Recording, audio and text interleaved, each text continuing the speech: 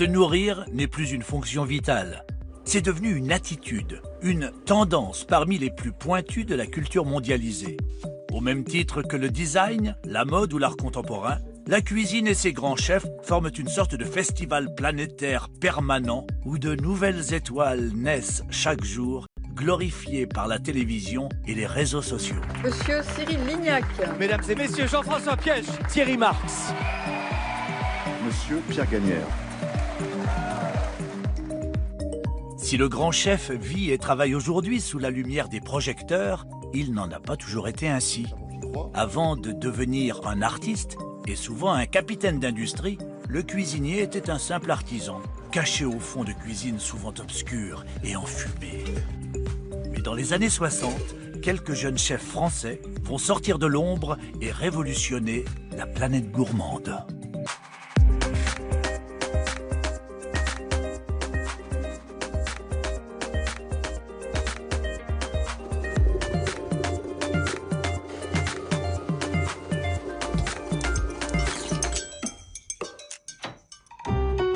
Le grand chef n'a pas toujours été une célébrité pour couverture de magazines et plateaux de télé-réalité. Dans les années 50, il était anonyme. Il dirigeait sa brigade et suivait à la lettre les mêmes recettes formatées que ses confrères. Il n'était pas un artiste créateur de plats, mais juste un exécutant et un bon technicien. Vous êtes le propriétaire de ce restaurant ? Oui, la Sole Normande, c'est moi le patron, oui. La Sole Normande ? Oui. La Sole Normande à Martigues. Laissez-moi un peu rire. Au début des années 60, une nouvelle génération de chefs décide de changer l'ordre établi et de révolutionner la gastronomie française. Il paraît que le patron, Oui, le patron. l'ancien patron... Vous l'avez connu, vous ? Non, mais j'ai entendu dire que dans sa bouillabaisse, il mettait des boîtes de conserve. Ah, ça, monsieur, je vous permets pas de dire du mal, monsieur. Ces jeunes chefs vont faire souffler un vent de liberté sur ce métier traditionnel qui n'avait pas évolué depuis le début du XXe siècle. À cette époque, le nouveau roman et la nouvelle vague sont en train de révolutionner la littérature et le cinéma. Au même moment, deux jeunes critiques gastronomiques, Henri Gault et Christian Millot, contribuent à cette révolution culinaire. En octobre 1973, ils lui donnent un nom et la baptisent Nouvelle Cuisine. Il y a eu la nouvelle vague, le nouveau roman, le cinéma nouveau. Il y a maintenant le nouveau contrat social, la nouvelle gauche, la nouvelle action française. Il y a aussi le nouvel observateur. Puis voici la nouvelle cuisine française. Ils sont une dizaine à mener le mouvement pour faire changer ce métier. À leur tête, on trouve Paul Bocuse, qui est le leader incontesté. Né en 1926 dans la maison même où il tient son restaurant, il obtient la récompense suprême de 3 étoiles au guide Michelin dès 1965. Chef de bande, charismatique, il mène la troupe. Il sera aidé par des collègues qui, eux aussi, viennent de s'installer à leur compte. Les frères Trois Gros reprennent l'affaire familiale à Roanne. Jacques Pic suit les traces de son père dans l'établissement familial de Valence. Les frères Eberlin font de même dans leur fief alsacien d'Illahausern. Et Alain Chapelle reprend avec sa mère l'auberge familiale de Mionnet, près de Lyon. Quelques années plus tard, c'est Alain Sandrins et Michel Guérard qui créent eux aussi leur propre affaire à Paris. Bocuse, Trois Gros, Eberlin, Chapelle, Pic, Sandrins, Guérard. Ces hommes sont les principaux acteurs d'une véritable révolution qui va se dérouler des années 60 aux années 80. Ils ont choisi de rénover, d'alléger, de remettre en question ce qu'ils avaient appris de leur maître. Un vent de liberté va souffler sur la cuisine française. Mais avant d'entreprendre, il faut apprendre. Alors en 1957, j'ai découvert une grande cuisine de palace de l'époque qui était celle qu'on voyait sur les gravures, c'est-à-dire une cuisine en sous-sol mais assez haute de plafond, des fourneaux qui fonctionnaient au charbon, une espèce d'ordonnancement rigoureux avec un chef presque fort en gueule. Pour moi, qui était quand même très jeune, c'était une surprise, mais en même temps une fierté, le fait d'être dans une grande brigade parisienne. À cette époque-là, la restauration était tenue par les gens de la salle. Et d'ailleurs, c'est pour ça que le service en salle avait une part plus importante. Le cuisinier était juste là pour assaisonner, pour cuire. Les brigades étaient, je pense, plus Important en salle qu'en cuisine. Les chefs, on était des gens qui étaient en premier ou deuxième sous-sol, à 50 degrés, qui avaient de la chance d'avoir à boire, ou malchance d'avoir à boire pour mettre dans les sauces. Elles terminaient pas toutes dans les sauces, d'ailleurs les boissons. J'étais le dernier apprenti à allumer le fourneau à charbon, donc chez Trois Gros, parce qu'après la cuisine a été transformée et tout. Alors, on a l'impression que c'est Zola ou que vous êtes dans le Moyen-Âge. Non, mais il y avait un fourneau à charbon chez Jean et Pierre Trois Gros. Et voilà, et donc non seulement il fallait l'allumer le matin, mais il fallait le réapprovisionner en cours de journée, le dégorger avant le service pour qu'il n'y ait pas de qu'il y ait un tirage parfait. Et puis le dimanche après-midi, il fallait le ramener parce que, voilà, on a l'impression, il y avait tellement de casseroles le dimanche midi qu'on a l'impression qu'il chauffait moins. Donc on imaginait qu'en le ramenant le dimanche après-midi, ça allait mieux fonctionner. L'apprenti qui va chercher ses seaux dans le stock, et il y a des mots qui ont disparu, comme cramer ou tout ça, parce qu'on ne fait plus brûler. Mais d'un autre côté, c'est tellement formateur. C'est tellement formateur, quoi. Je veux dire, on sait que faire de la cuisine, il fait du feu. Et vous, d'un seul coup, on vous donne la responsabilité du feu. L'abandon du charbon a été un grand pas en avant. Après, donc, est arrivé aussi, je le cite souvent, un matériau, disons, miraculeux, l'inox. Quand je me rappelle les planches en bois sur lesquelles on travaillait et qui étaient toutes crevassées, je disais là, si on fait une analyse de ce qu'il y a dans la rainure, dis donc, il y a empoisonné pas mal de monde.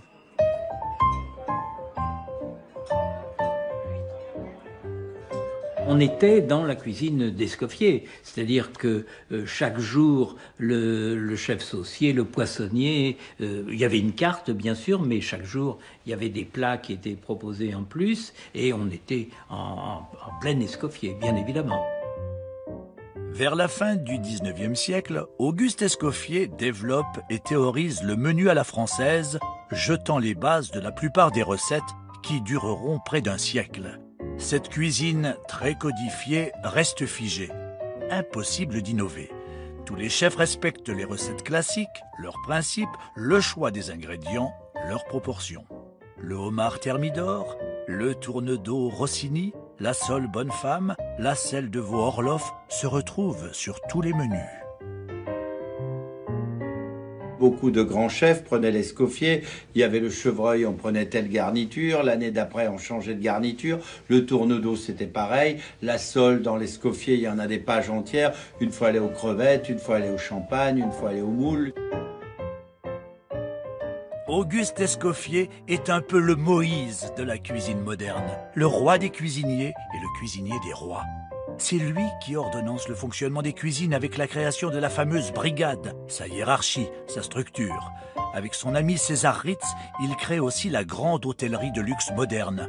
Un nouveau monde dont Marcel Proust décrira les rituels envoûtants et l'expérience rare des privilèges aristocratiques. Le fait d'apprendre les bases mêmes de la grande cuisine française classique, c'est quand même pas une mauvaise chose. Je pense que la cuisine classique, c'est un permis de conduire tout terrain pour cuisinier digne de ce nom. L'histoire a voulu qu'on bouscule un peu les habitudes et c'est devenu la nouvelle cuisine et donc les 30 Glorieuses qui ont été la chance de notre vie. Oui. Les années de Gaulle et Pompidou voient la France changer de visage. La croissance est forte, le pays en pleine reconstruction. Les autoroutes redessinent les campagnes, l'électroménager n'est pas une musique mais un business qui change la vie des ménagères. On voit se généraliser la bagnole, la télé, le rock'n'roll, les révolutions et les libérations. On veut la fin de la guerre du Vietnam et du tourne-dos Rossini. L'heure est à la révolution et nos jeunes combattants gagnent du terrain. Et là, je me trouve une place à Paris, un coup de chance, à mon avis, de chef pâtissier au crayon. Ah, c'était quand même pas mal du tout. Et c'est là où je fais connaissance des grandes brigades parisiennes. Je me sentais un peu perdu quand même, moi, petit pâtissier, petit gnôleux. C'est comme ça que les cuisiniers nous appelaient à l'époque. Du nom de la gnôle, c'est cette planche sur Moyen-Âge sur laquelle on étalait les pâtes. Et puis bon, j'y ai fait ma place. Il y a eu une espèce comment dirais-je, de complicité qui s'est opérée et j'ai pu aller travailler en cuisine entre deux. avec les uns et les autres. Et pour moi, ça a été formidable, ça a été une révélation.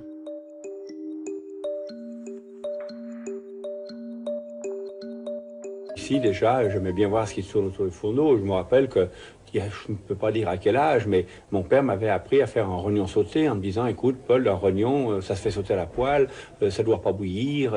Et donc, je savais comment déglacer avec une petite goutte de madère, une petite goutte de crème, une petite pointe d'échalote, salé sur table, poivre. Donc, si vous voulez, j'aimais ça. Allez, dépêche-toi, prends ton saladier, prends son saladier, il n'a pas à venir 25 fois. Le saladier d'une main. Qu'est-ce qui part là maintenant là?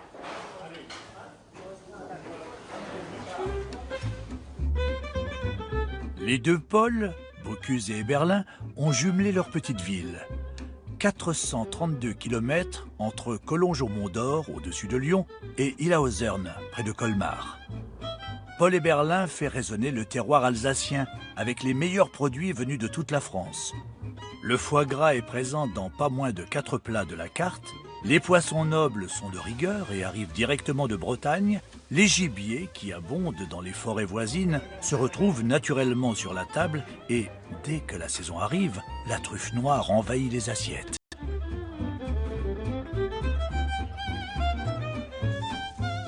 Alors mon père est parti en apprentissage chez Édouard Weber, qui était un des derniers chefs de la cour des Tsars à Saint-Pétersbourg, qui est venu, après la Révolution, s'installer à Ribeauvillé, à la Pépinière. Et mon père était un peu comme son fils spirituel. La cuisine des Tsars était une cuisine bourgeoise, une cuisine très riche, opulente. Et mon père en a d'ailleurs gardé un peu ce côté de générosité. Il voulait toujours, dans les plats, qu'il y ait beaucoup de truffes, beaucoup de caviar, beaucoup de homard, beaucoup de plats un peu nobles. Et la truffe Souvarov, c'était cette truffe entière qui était servie dans un petit caclon avec de la sauce Périgueux, truffe et foie gras, recouvert de pâte feuilletée, dont Paul Bocuse s'est inspiré pour faire sa fameuse soupe de truffe.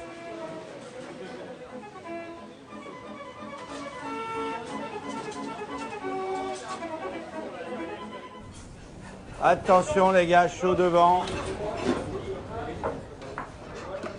Les voilà, les truffes Souvarov.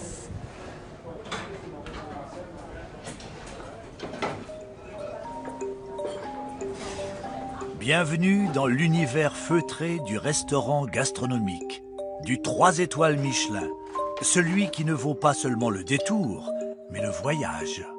Le club très fermé et très réduit des plus grandes tables du monde. Quand vous accédez à la 3e étoile, c'est quand même le Graal suprême pour un chef. Alors Michelin fait partie de mon existence, hein, si bien que je dis souvent que dans un moment crucial, j'appellerai pas ma mère, j'appellerai Michelin. C'est un petit livre rouge paru pour la première fois en 1900 qui va créer ce nouveau rituel. L'automobile roule encore lentement, mais elle lance un nouveau genre de voyage. L'étape devient un rituel essentiel pour se restaurer, dormir et réparer l'engin encore fort capricieux. Le guide Michelin invente le classement des tables avec ses fameuses étoiles, dont la 3e ne sera décernée qu'en 1933. Preuve que le petit livre rouge stimule les masses laborieuses des cuisines et les fait progresser. Le restaurant gastronomique est né. Les 3 étoiles, c'était d'abord un grand choc pour mon père. Il a dit, on va perdre toute notre clientèle d'habitués. Il avait très peur de cette 3e étoile. Et quand on lui a annoncé ça, il a dit, mon Dieu, quelle catastrophe.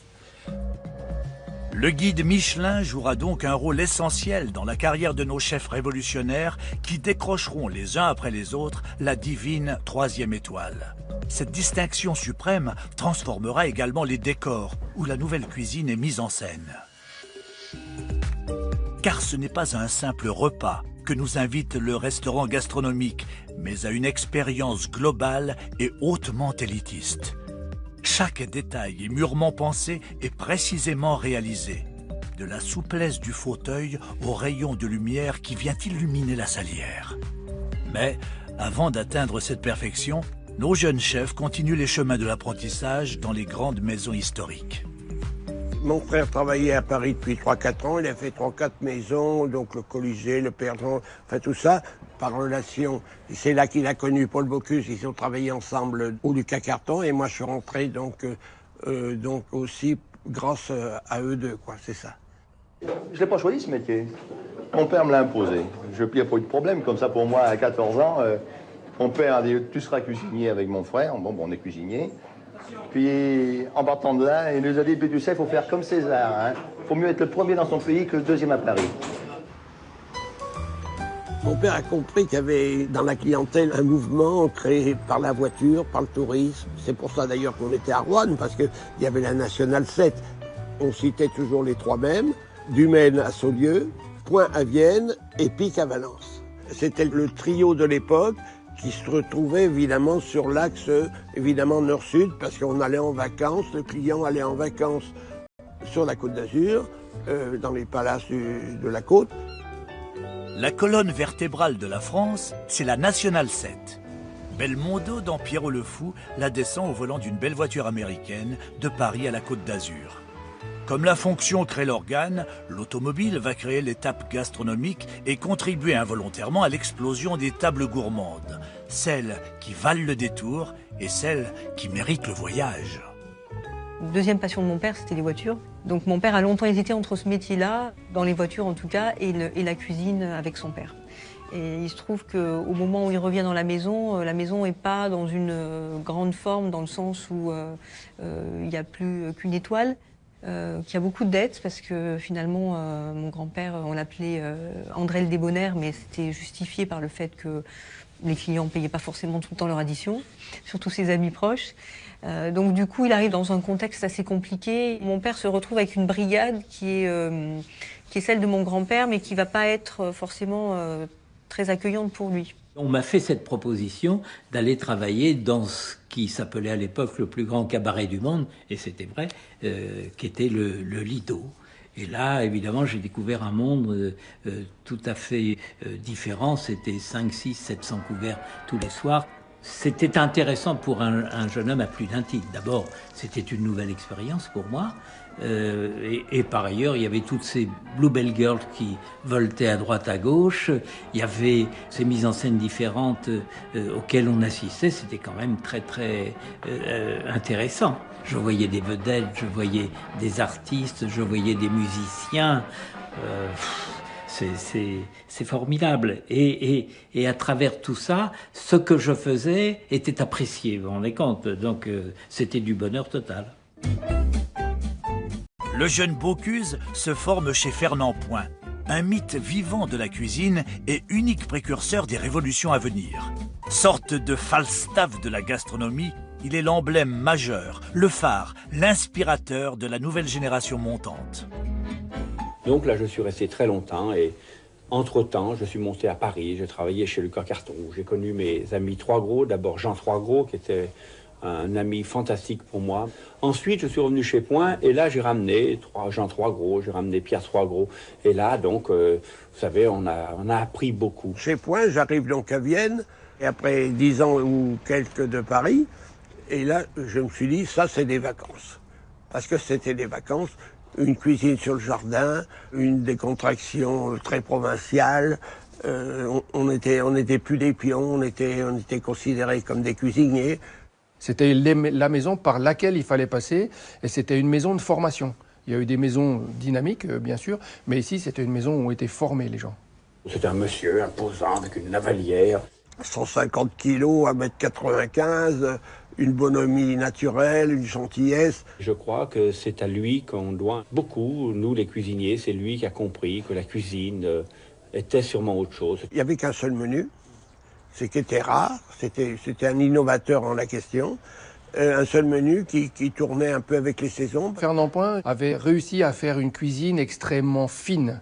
C'est-à-dire, pour moi, c'est que peut-être a été à l'époque l'inventeur déjà des petites mousses de carottes, de haricots verts, qui n'ont peut-être pas présenté chichement. Hein. C'était des choses qui étaient faites très intelligemment, mais il avait su conquérir le cœur des femmes pour moi. C'est-à-dire qu'en leur amenant cette cuisine élégante, raffinée, tout en privilégiant la truculence pour les messieurs, faisait que tout d'un coup, tout devenait beau. et qui avait commencé à faire ce service à l'assiette, ce service avec les cloches, et qui a commencé à faire sortir les cuisiniers et à faire quelque chose de nouveau. Le luxe était partout, quoi. On faisait venir les trains de côte de veau de Paris dans des panières en osier, enroulées dans du linge.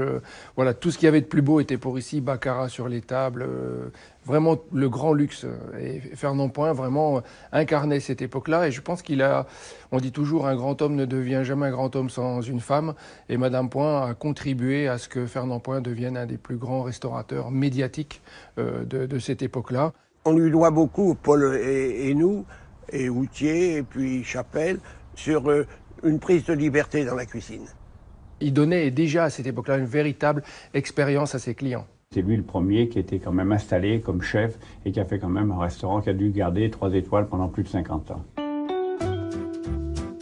C'est l'arrivée de toute une génération de cuisiniers qui a une formation classique.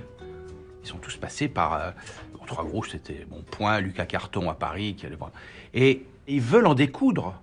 Ils veulent apporter leurs pattes, leur signature, mettre sur cette technique qu'ils maîtrisent parfaitement, apporter leur propre sensibilité, leur propre personnalité, marquer l'époque. C'est-à-dire on n'allait plus chez Maxime, dans tel ou tel palace, on allait chez les frères Trois Gros, on allait chez Alain Chapelle, chez Michel Guérard. Donc il y avait là aussi, il y avait une identité forte des cuisiniers qui annonçait la couleur avec le nom sur la porte, quoi. C'était quelque chose de très nouveau. Voilà la maison où je suis né. La dernière fenêtre en haut à droite. Le 11 février 1926. J'ai acheté un restaurant que je n'ai pas vu, à la Bougie. Dans un coup de folie, je suis allé au tribunal de commerce et j'ai acheté un bistrot dont on me disait, en réglant la facture, qu'il était situé à Nières. J'y suis allé le lendemain. Je me suis dit, mon pauvre Michel, qu'est-ce que tu as fait? C'était un bistrot qui était tenu par des Nord-Africains, je crois, et qui était situé devant une usine de Rivet, enfin, côté Gennevilliers. Donc c'est comme ça que j'ai démarré ce petit restaurant que j'ai appelé le Pot-au-Feu. C'est le plat qu'on mangeait tous les samedis. J'avais mis un grand bar à l'entrée, et puis des tables les unes à côté des autres, et le maximum que je pouvais faire de clients, c'était 30, à condition de ne pas avoir à se lever. Ça n'a pas marché tout de suite. Je ne savais pas quoi faire. Voilà. Je savais que j'avais fait plaisir à mes parents, et puis là, ça s'arrêtait, je ne savais plus quoi faire. Jusqu'à ce que mon ami Delavenne était venu me voir, et en me disant, Michel, arrête tes conneries, tu es en train de perdre ton temps, et crever pour crever, écoute, crève en beauté, et fais ce que tu as envie de faire. Et pour moi, ça a été une révélation complète. Et le lendemain, j'ai changé complètement ma carte, et c'est là où j'ai commencé à faire une cuisine que certains, comme Goemio, ont appelé nouvelle cuisine. We have brie and camembert, chocolat éclair, the chef some crêpes Suzette you will adore. And I don't want to be rude, but if you do not like our food, we can show you the lobster thermidor. C'est une façon différente de comprendre et d'interpréter la cuisine avec une touche personnelle. C'est un peu comme le solfège en termes de musique, ce sont des bases. Et ensuite, interprétation et personnelle. Donc je trouve que c'est le début, et Michel Guérard est un des leaders du mouvement, d'une interprétation libre, d'une certaine idée de la cuisine française traditionnelle. Et c'est pas rien, c'est un mouvement. C'est une évolution, c'est presque une révolution. J'ai toujours trouvé la sauce vinaigrette stupide. Parce que entre nous, elle est là depuis des siècles, et franchement, un truc où il y a 3 cuillères d'huile, 1 cuillère de vinaigre, on peut faire mieux. Cela m'avait amené à réfléchir à une salade qui utiliserait moins d'huile, mais il faudrait compenser cette huile par autre chose. C'est comme ça que m'est venue l'idée de mélanger des haricots verts avec des copeaux de foie gras.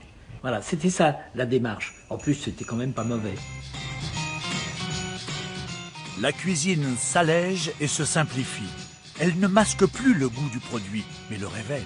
Elle est à la fois astucieuse et apporte des idées pour réinventer des plats. Elle est aussi plus technique. Enfin, elle est surtout personnelle.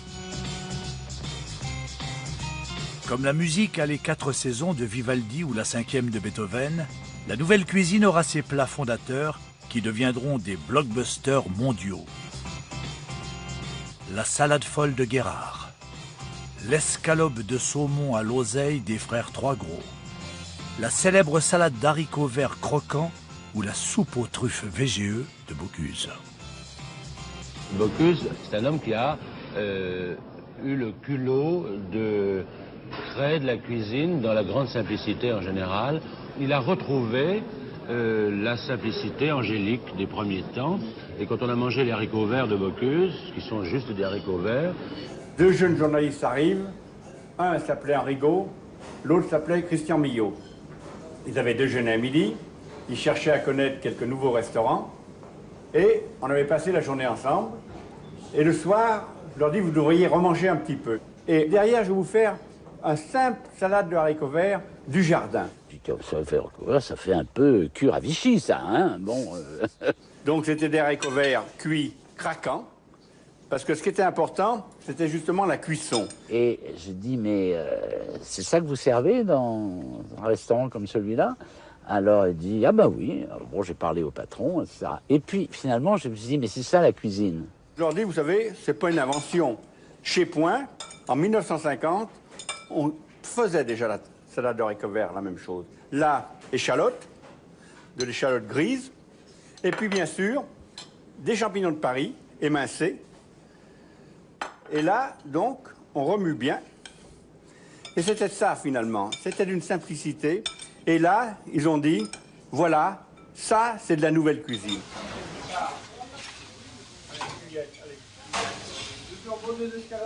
Allez, 4 volailles vesties, là. Après, c'est la grande cavalcade. Les journalistes commencent à s'intéresser à nous. C'est d'ailleurs Paul qui nous envoie Goemillon en leur disant « Allez voir ce qui se passe à Roanne ». Comment, moi, à ce moment-là, je me rends compte que je suis dans un mouvement? Ben, c'est en lisant la presse, c'est en lisant Goemillon et tout ça. Et c'est là où j'apprends en fait que le saumon à l'oseille que je dois faire par dizaines tous les jours, c'est là que je lis, mais c'est la première fois qu'un poisson est servi en escalope, est poêlé quelques secondes, avec la sauce dessous. À ce moment-là, je dis, mais oui, d'habitude, moi j'ai toujours vu, dans les repas de communion et de mariage, la sauce était dessus, et c'était soit des gros morceaux. Là, on est en escalope, très peu cuite, et cette sauce qui était posée sur l'assiette, et le poisson ensuite sur la sauce. J'allume le gaz, je prépare ma sauce, je mets un peu de vin blanc dedans, et j'allume. À la suite de vacances avec mes parents, à Pérorade, dans les Landes, on s'était aperçu que les Béarnais mangeaient le saumon de l'Adour, qui s'empêchait, hein, des magnifiques saumons, les meilleurs d'ailleurs, les mangeaient sous-cuit. Un saumon sous-cuit, c'est ça la vérité. Autrement, s'il est trop cuit, ça devient du coton hydrophile. Il faut qu'il soit sous-cuit. Mais comment faire admettre ça à des gens du centre? Une belle crème soupe que j'ai pris ce matin, qui nous vient directement de la ferme, qui a été aussi un facteur de la réussite de ce plat. C'est là qu'est née l'idée du saumon à l'oseille, qui a fait le tour du monde, parce que le fait de l'escaloper nous permettait de juste lui donner un aller-retour dans la poêle et de le manger sous cuit sans que le convive voit la sous-cuisson. Il se régalait de ça parce qu'il était sous-cuit. On assaisonne du côté extérieur, donc du côté où il y a encore un peu de limon, tout ça, pour que la belle face arrive en deuxième position. Et un jour, mon père mange avec Courtine, rédacteur de la chronique gastronomique du journal Le Monde. Alors on dit, tiens, on a mis ça au point un peu. Donc Courtine et mon père disent, oh ça c'est super, c'est léger. Donc je mets mon oseille. Vous voyez, je la déchire à la main. Courtine, dans son article du samedi, met un titre « Enfin un saumon intelligent ». Alors un saumon intelligent, ça interpelle, quoi. Ce qui fait que la cuisine est intéressante, c'est que c'est pas une science exacte. Et du coup, c'est parti comme une bombe. C'est bien qu'on en a fait des milliers, et que ce plat, qui est simple, qui est devenu économique grâce à l'élevage du saumon, et Il se retrouve sur toutes les cartes du monde. Allez, je crois que vous passez à table. Hein. Allez, mangez, parce que ça va refroidir très vite. On était une espèce de navigateurs qui partaient comme des fous sur des mers calmes ou démontées, mais on y allait. À l'époque, je travaillais chez Paul Bocuse quand cette nouvelle. Et Paul Bocuse, à l'époque, était avec Roger Verger, avec Alain Chapelle, avec qui avait encore Guérard. Il était très porté par cette nouvelle cuisine. Il était le premier à vouloir. On servait des asperges avec, je me souviens, avec des asperges vertes magnifiques du midi avec une sauce beaujolaise. C'était une mayonnaise avec une réduction de vin rouge. Et il les servait craquantes. Et alors les gens, à l'époque, les clients les renvoyaient parce que c'était pas cuit pour eux. Ils disaient, mais non, c'est ça, c'est comme ça qu'il faut les manger. Ils savent pas bouffer.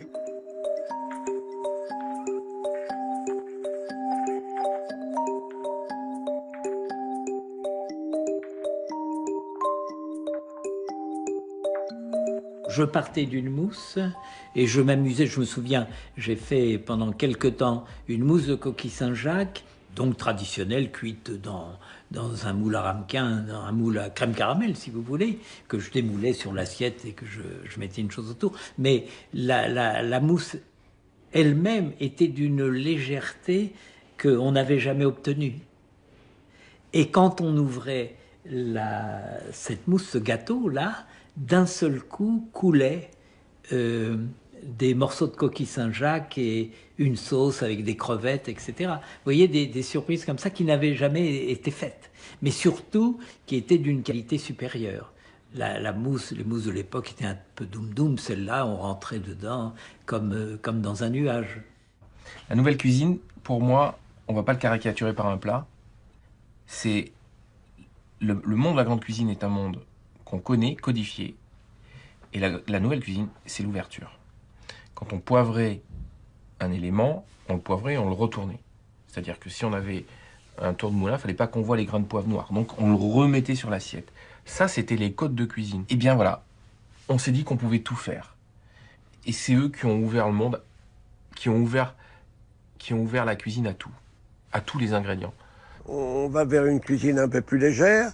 Et donc, ce qui nous amène, mon frère et moi, et quelques collègues bien connus de l'époque, qu'on a appelé après la nouvelle cuisine.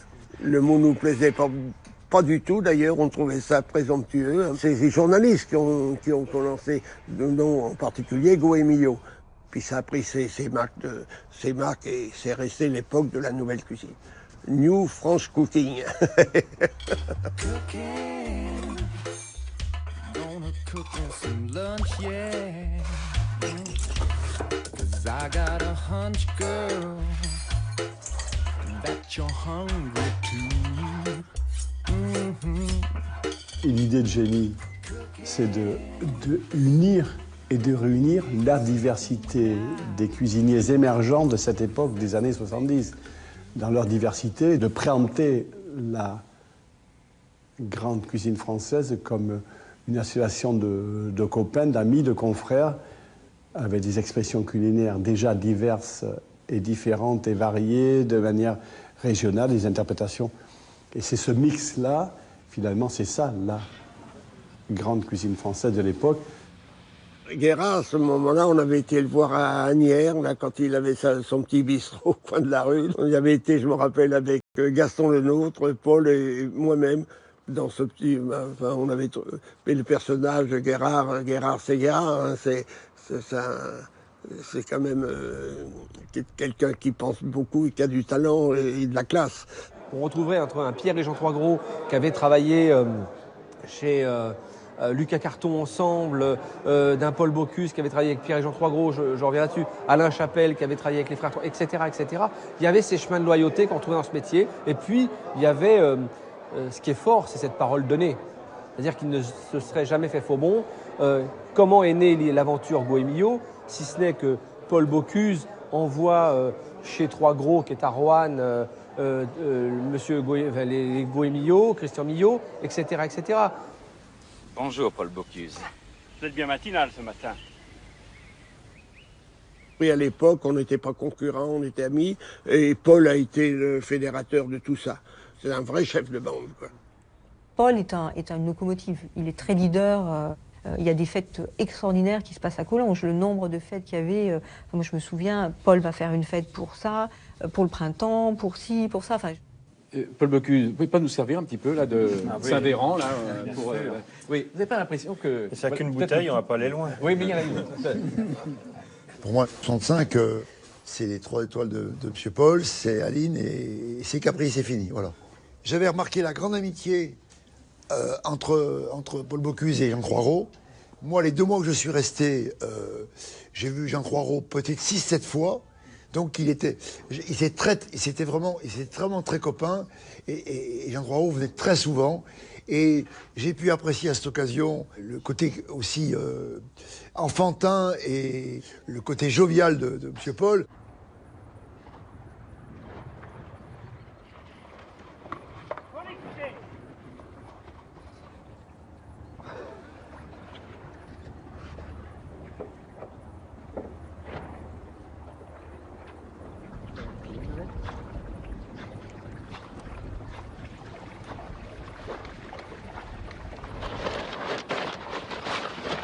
Jamais nous donc un coup de Beaujolais qu'on le goûte. C'est ça qui est important, vous comprenez, parce que nous sommes dans une région viticole où on boit le Beaujolais à toute heure de la journée et de la nuit, et donc et on le goûte parce que on goûte ce qu'on vend, et ça c'est important. Et vous voyez, après l'effort, il n'y a quand même rien de tel. Hein. Paul Bocuse, d'une certaine manière, m'avait un peu pris sous son aile. C'était quelque chose de très sincère qui a fait que spontanément, je me suis trouvé pris dans ce cercle-là, un cercle qui n'engendrait pas la mélancolie. Paul Bocuse n'arrêtait pas de faire des bêtises. Ah, il faut les voir, les Bocuse, Chapelle, Croix-Gros, Sandrin, se remplir la panse et lamper le Beaujolais gouléant. Oui, monsieur Bocuse, le petit salaud haricot rouge. C'est vrai. Et nous allons manger un bon cassoulet, se taper une bonne bouteille de Bourgogne. Et justement, on a opposé ces 2 cuisines alors que c'est ridicule. On va chez chacun de nous. Hein, oui, exactement. Levez votre verre pour le camembert, le roi des fromages de la terre. Jacques Martin, que vous voyez là, qui est venu chez Castel, prêtait main forte à ses amis Henri Gaud et Christian Millot pour y faire la cuisine en leur compagnie. Vous assistez à la préparation d'un dîner destiné à 6 chefs parmi les plus réputés des régions françaises. Paul Bocuse, de Pont-de-Collonges à Lyon, Croix-Gros, Roanne, Outier, à la Napoule, et Berlin, à Île-Euzerne, près de Colmar. Donc tous les coins de la France, le nord, le sud, l'est et l'ouest, sauf Paris. Voici maintenant tous ces grands chefs en train de dîner avec les plus jolies femmes de Paris. Fantastique. C'est très différent. Oh, les gâteaux, les gâteaux!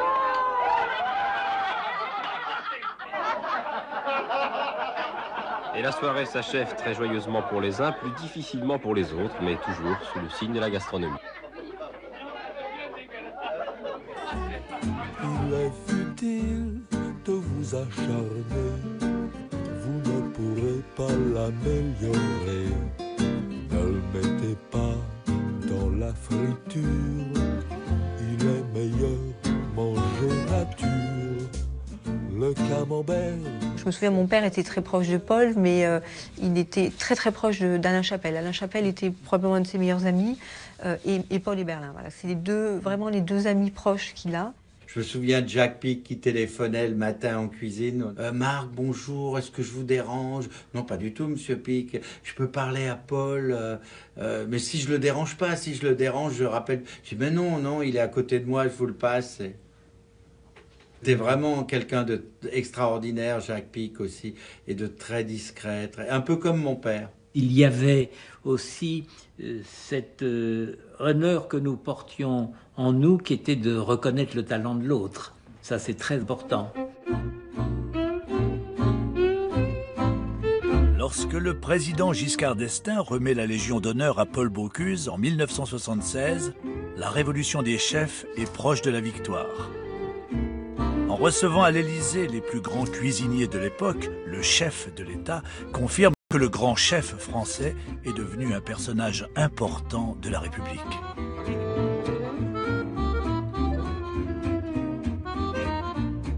La créativité dont les chefs de la nouvelle cuisine font preuve repose avant tout sur un savoir-faire innovant, une grande technique et une rigueur exceptionnelle.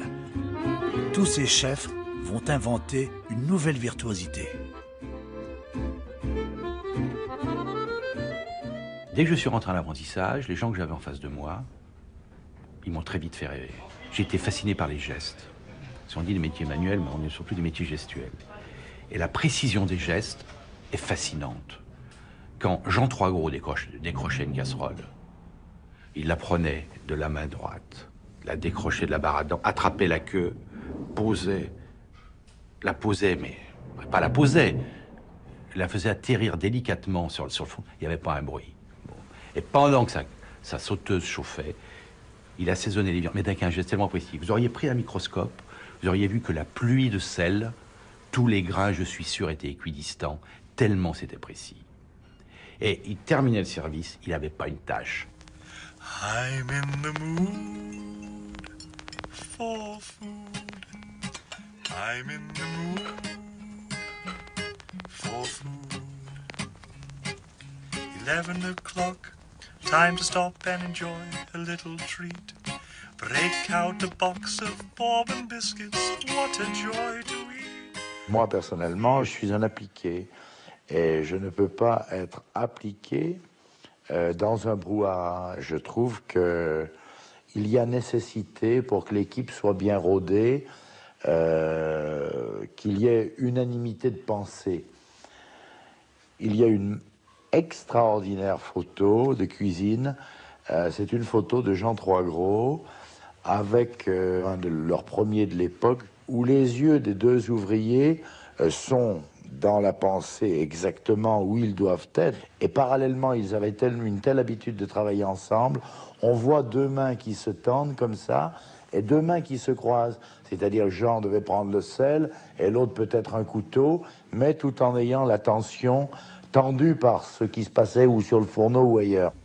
La parfaite préparation, le parfait assaisonnement, la parfaite cuisson, la juste réduction, la parfaite harmonie avec la garniture, l'harmonie entre le contenant et le contenu, l'harmonie et l'intégration dans l'espace d'une salle à manger d'une extrême qualité. Voilà, tout ça, c'est cette espèce de juste tempo dans tout ce qui compose le plaisir d'être à table. Ça, je le découvre chez Chapelle. 2 fois les 5 poissons. Oui. Et pour terminer, 2 poulards de langoustes. Alain Chapelle est un des meilleurs exemples de ces chefs qu'on peut qualifier de surdoués. Des images tournées en 1984, 8 ans avant sa mort, ressuscitent miraculeusement cet artiste incomparable de la gastronomie.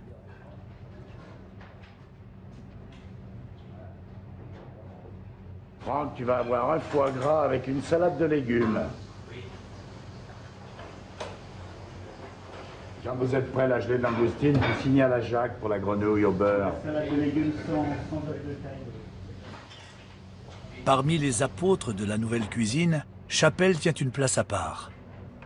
Réservé, cérébral, mais passionné, il a laissé un souvenir indélébile chez tous ceux qui l'ont connu. Et surtout, sa cuisine reste un véritable mythe que les initiés se remémorent avec emphase. Je n'ai jamais regoûté la terrine de lièvre d'Alain Chapelle. Et moi, je cours après ça chaque hiver. Je cours après cette terrine qui est complètement dans ma tête. Et je me bats avec moi-même pour essayer de l'offrir. Je ne sais pas si j'y arrive.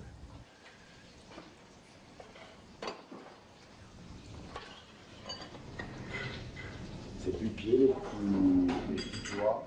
Elle était grasse, elle était friable. Elle avait une belle couleur blonde orangée. Mais c'est peut-être le rêve, hein. Elle était sûrement ni blonde ni orangée, mais je la vois comme ça. Et elle était tout simplement délicieuse parce que elle était pas sèche, elle était pas trop grasse, elle était très très longue en bouche. Le goût n'était pas brutal, c'était pas agressif, c'était tout simplement subtil. Voilà. Et dans cette terrine, je voyais l'intelligence et la tendresse du cuisinier. que même s'il y a beaucoup de monde, même s'il y a beaucoup de monde, c'est un petit peu comme un salon d'opération, si vous voulez, hein, où le chirurgien tend la main, passez-moi le scalpel, passez-moi etc.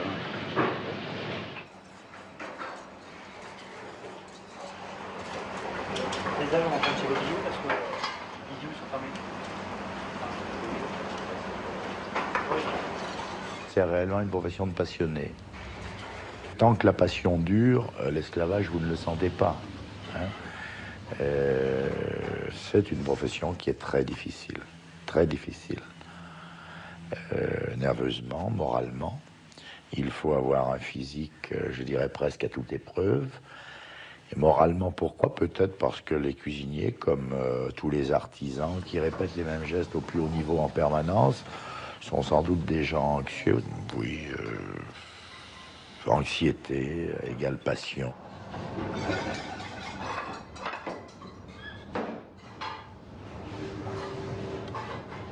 La cuisine que je fais maintenant est sans doute déjà un peu différente de celle d'il y a 5 et 10 ans. Et j'espère que dans 5 ans, elle sera aussi différente. Mais le souhait, c'est peut-être la simplicité totale, finalement. Le retour à la simplicité totale avec la bouteille de vin la plus exceptionnelle et le poulet rôti le plus formidable. Je peux parler des chefs que j'ai rencontrés qui ont fait naître chez moi le désir. Alain Chapelle, pour moi, c'était un virtuose, c'était un littéraire, c'était quelqu'un qui était bien au-dessus de la cuisine. Sa cuisine, c'était un lien social avec les autres, pas plus. C'était une forme de transmission, mais c'est quelqu'un qui avait une autre dimension que les chefs que j'ai pu rencontrer. Un cuisinier qui va au fond des choses rencontre très souvent un musicien qui va au fond des choses, ou un musicologue, ou un écrivain, Et j'ai quelques amis qui m'ont totalement ouvert les yeux, et par des premiers disques, comme moi je leur avais ouvert les yeux au niveau d'un premier cigare, ou d'un Armagnac, ou même d'un repas.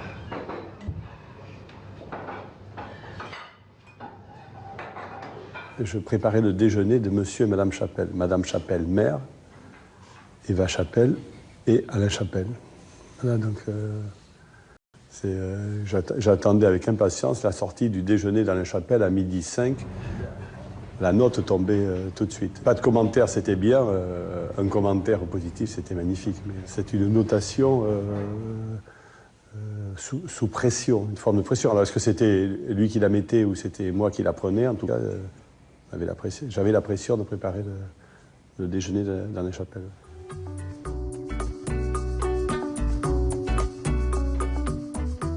La nouvelle cuisine met le produit au premier plan pour en sublimer la saveur.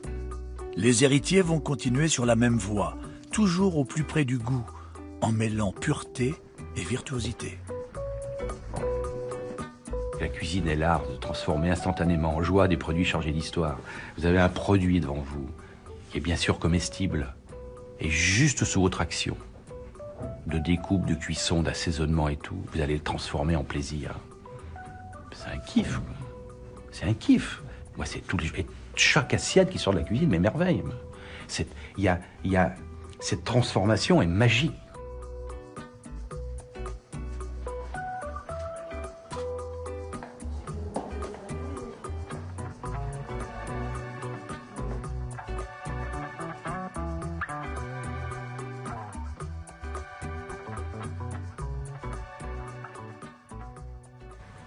Quand on parlait de vélo, on parlait de Poulidor. Quand on parlait de voiture, on parlait de Fanjo. Ben, quand on parlait de restaurant à Valence, on parlait de Pic. Donc, quand tu as envie de te destiner là-dedans et que, comme moi, tu es valentinois, ben, Pic, c'est le maillon essentiel.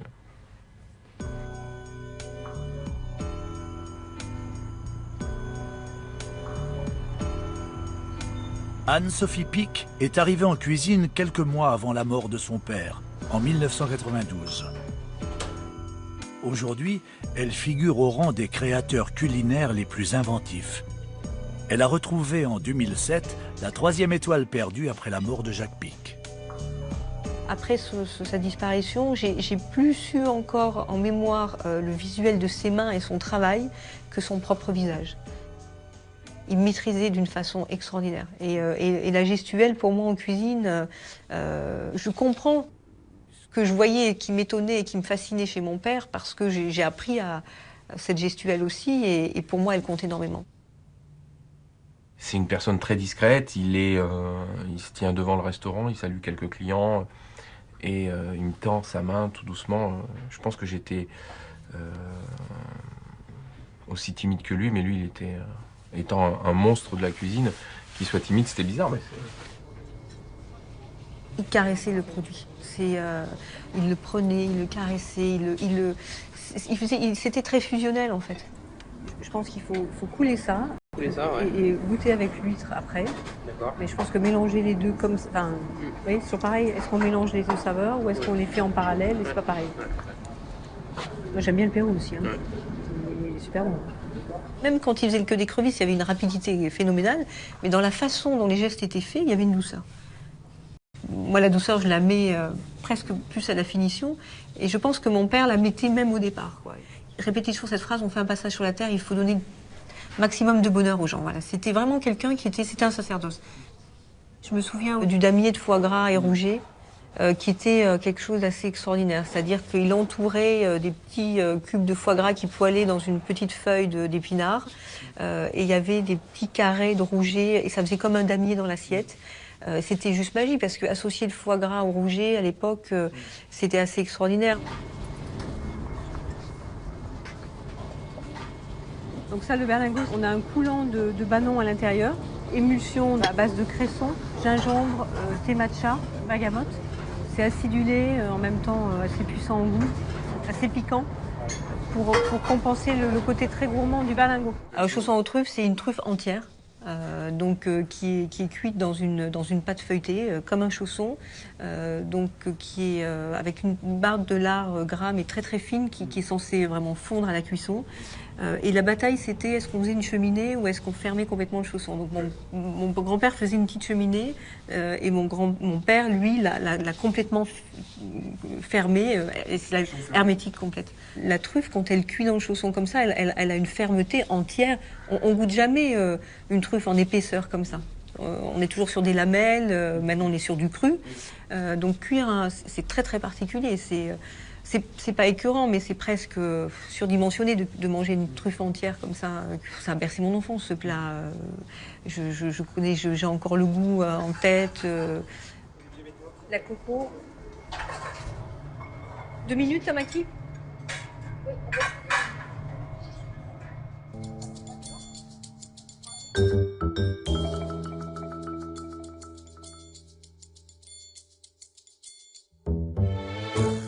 Autant Jacques Pic a vécu dans une extrême discrétion, autant Paul Bocuse, le seigneur des fourneaux, fait feu de tout bois pour attirer la lumière des projecteurs. Chez M. Paul, j'ai vu la première fois arriver les médias qui arrivaient. Alors un jour, il y avait une télé, le lendemain, il y avait un journal. Et c'était vraiment le premier chef qui a vraiment, je crois, été aussi présent dans les médias à l'époque. Quand il y avait une photo, nous, on était là, où on se met, lui, toi tu te mets là, toi tu te mets là. Il m'expliquait toujours, sur une photo, ne te mets jamais au milieu, parce que si c'est une double page, t'es sous les agrafes. On vous surnomme le roi des coques, le Napoléon des fourneaux, l'ambassadeur de la cuisine française. C'est un petit peu pompeux tout ça, non? Oui, mais enfin les journalistes, il faut bien qu'ils trouvent des titres. Ils n'ont pas beaucoup des fois d'idées, donc il faut bien trouver des titres. Je crois qu'on mange très bien à Lyon, et surtout maintenant, car nous avons des produits de qualité qu'on ne pouvait peut-être pas avoir avant. Lyon est le garde-manger de la France, entouré des meilleurs crus de vin et des meilleurs produits, et aussi avec la volaille de Bresse. C'est une volaille d'appellation contrôlée comme le vin. Elle doit avoir les pattes bleues, les plumes blanches et la crête rouge. Des légumes, chérie, mais seulement de bonne qualité. Des légumes, c'est dit que chaque région a sa spécialité. C'est pour ça que je dis à Lyon, il n'y a pas de bon chef, il n'y a que de bons produits. Avec de bons produits, c'est facile de faire de la cuisine. Eh bien oui, me voilà encore dans un marché. Et pour moi, il n'y a pas de bonne cuisine s'il n'y a pas de bon marché. Achetons des tomates fin juillet, début août. Achetons des cerises au 15 juin. Les volailles de Bresse sont des volailles qui sont comme le vin, d'appellation contrôlée. Un bon chef avec de mauvais produits fera toujours une cuisine très moyenne. Mais enfin, les bonnes fraises, pour moi, elles sont fin mai, début juin. Donc c'est une des seules volailles au monde d'appellation contrôlée, elle est comme le vin.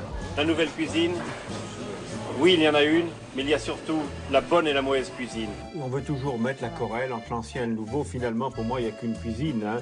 Oui, la bonne, je sais. La bonne est d'utiliser de bons produits. Puis ils ont su communiquer très vite avec les outils qu'on leur proposait.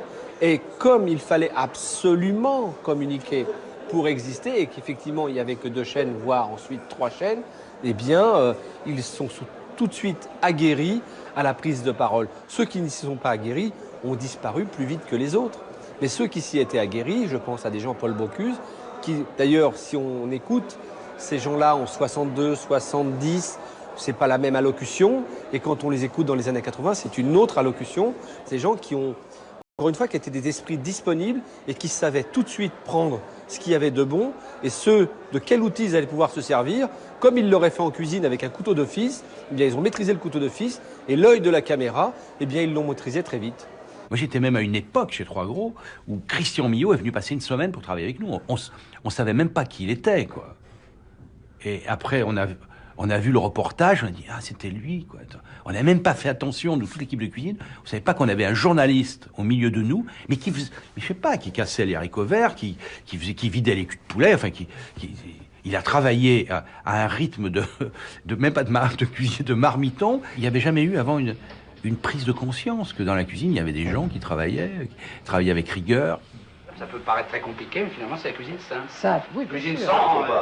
On peut quand même pas faire ça tous les jours, quoi. Faut être honnête. Non, une fois tous les 20 ans. Après les guides, les livres, la presse, les chefs se lancent à l'assaut de la télé. 40 ans avant Top Chef, Master Chef et autres télé-réalités culinaires, ils inventent la cuisine cathodique.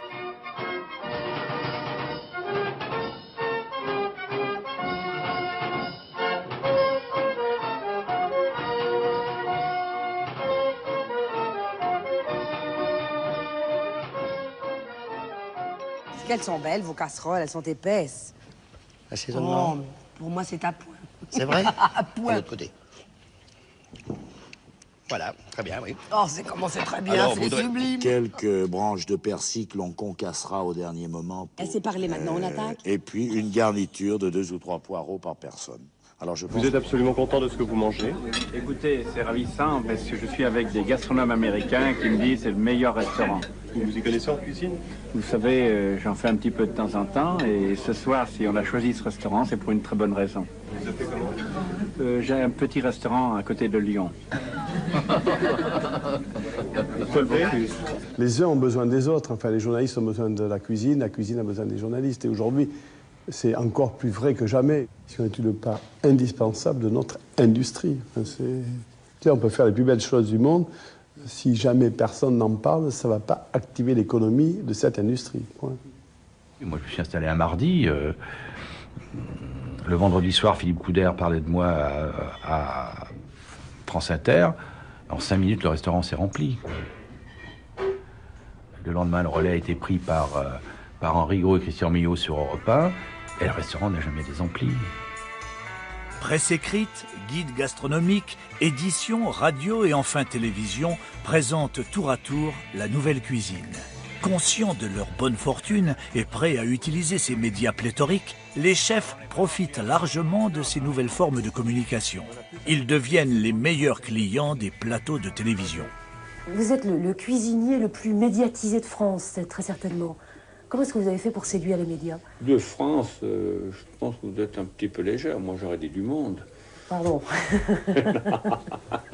Comme dit Paul, on est là au bon moment. Et on comprend que c'est le moment de découvrir le monde et d'aller faire des repas partout dans le monde et d'aller dispenser le goût de la cuisine française et des vins français. Donc ils partent bien sûr avec des produits français, des vins français, des chefs français, voilà. Et ils parcourent le monde comme ça. Et ça essaime, et je crois que l'on vit encore sur cet input qui a été donné dans les années 70 par les chefs de l'époque, ils sont une quinzaine. C'était l'Amérique d'alors, qui nettoyait par exemple leurs huîtres sous le robinet d'eau de Javel, enfin, etc. C'est l'estragon, l'échalote, on ne connaissait pas.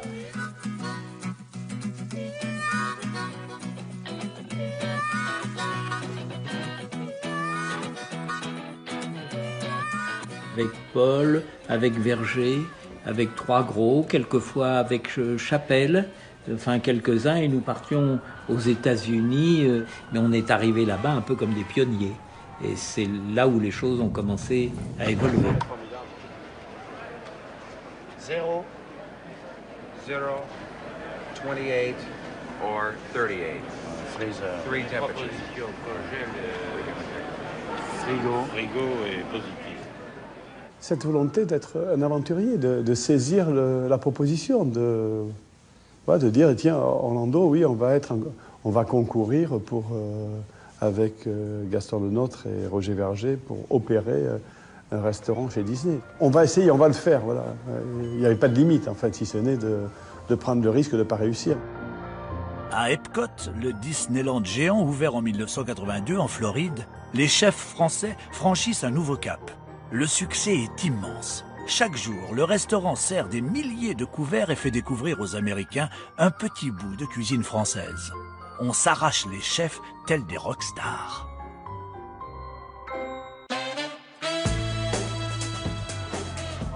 À New York, Michel Guérard installe une réplique du restaurant qu'il avait ouvert à Paris avec Régine, la reine de la nuit. Le succès du Régine Skaya, qui a été un très beau succès quand même. On avait même obtenu une étoile Michelin, vous vous rendez compte, dans un cabaret, pas évident. Et donc elle a décidé d'ouvrir à New York et elle m'a demandé de l'accompagner. Donc on a ouvert un restaurant à New York, Regine's. Alors évidemment dans une ambiance folle. Régine connaissait tellement de monde, ces soirées au Régine, c'était rempli de personnages qu'on avait l'habitude de voir sur les écrans, d'autres personnages comme Andy Warhol, enfin voilà. Donc une ambiance rare, je ne sais pas même si aujourd'hui on pourrait prétendre organiser ou vivre la même. C'était une belle folie.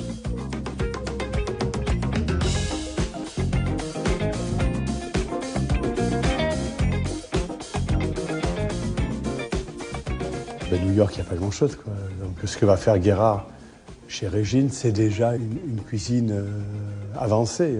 Il y a le Lutèce, il y a la Grenouille, il y a 10 restaurants dont on parle à New York, dont la planète est ouverte à recevoir la cuisine française, à l'accueillir.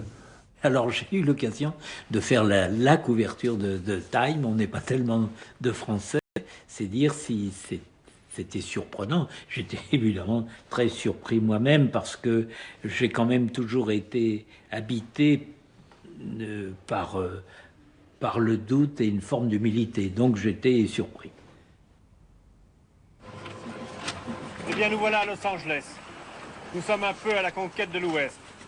Parce que finalement, New York, c'est un peu la banlieue de Paris. Nous sommes venus, là, avec mon ami Roger Verger, donner un concert de cuisine.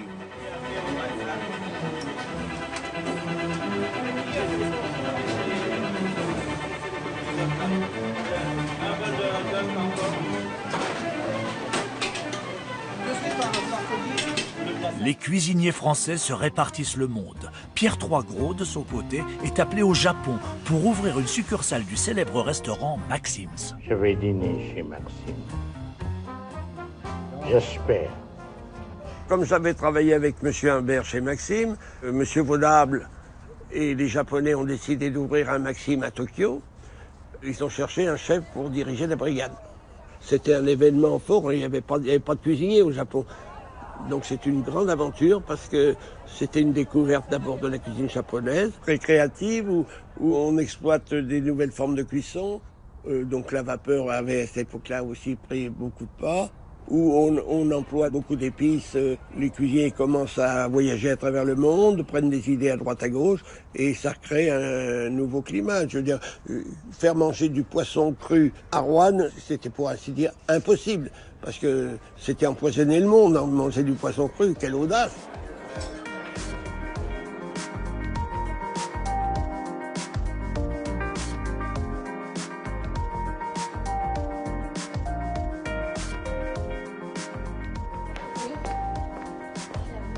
Michel Guérard est installé depuis 1974 à Eugénie-les-Bains avec son épouse Christine. Après plusieurs décennies, alors que sa cuisine minceur s'est répandue dans nos assiettes du quotidien, il continue, jour après jour, à inventer de nouvelles saveurs et à mettre en scène une cuisine toujours plus surprenante. Aujourd'hui encore, je suis davantage marqué par le fond que par la forme.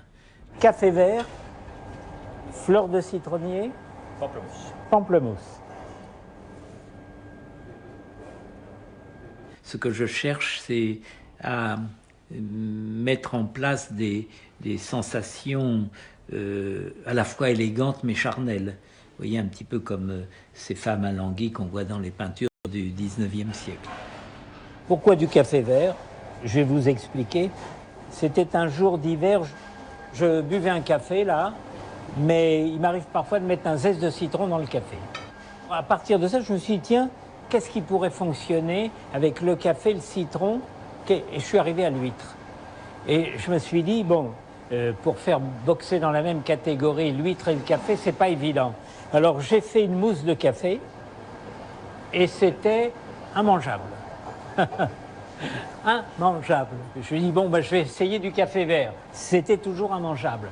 En fait, j'ai fait torréfier un peu le café vert, juste ce qu'il faut. Hein, on a notre dosage bien précis, Olivier. Hein, et on arrive à un truc qui tombe parfaitement bien, de mon point de vue en tout cas, avec l'iode. Si on mangeait cette cuisine les yeux bandés, on ait le même plaisir gustatif qu'en la regardant. Tellement ce côté gustatif est prenant. Pour accompagner ces huîtres-là, on fait chauffer les chapeaux d'huîtres et dessus, on pose un petit croustillant de seigle et dedans, il y a du crabe, crevettes, gingembre, enfin, qu'est-ce que vous avez mis dedans, Olivier? Il y a avec du beurre de micelle. Du beurre de micelle, voilà. Et donc ça, c'est chaud, on croque ça chaud avec l'huître froide. Voilà. C'est sympa, non?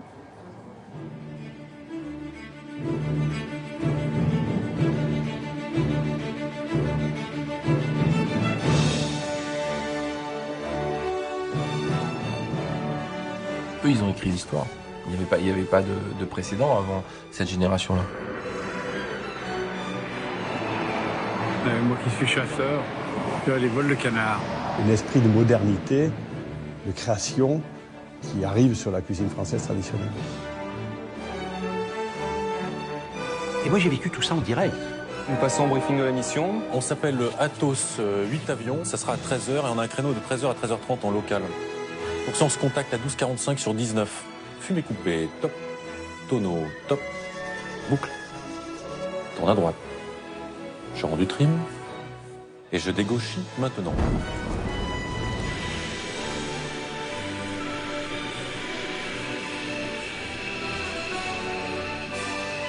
Je vais mettre mon chapeau.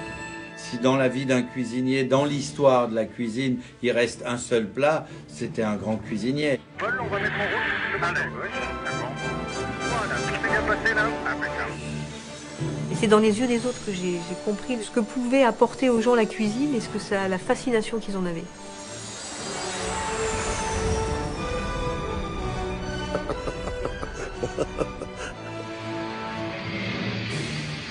Pourquoi ils s'adaptent? Parce que ce sont des chefs qui ne mettaient pas d'opposition entre tradition et innovation.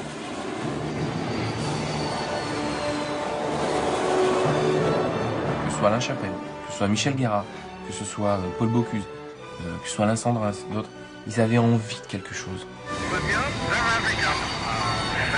Il y a des moutons en bas. L'histoire, elle s'écrit tous les jours de la gastronomie. Demain, elle sera différente.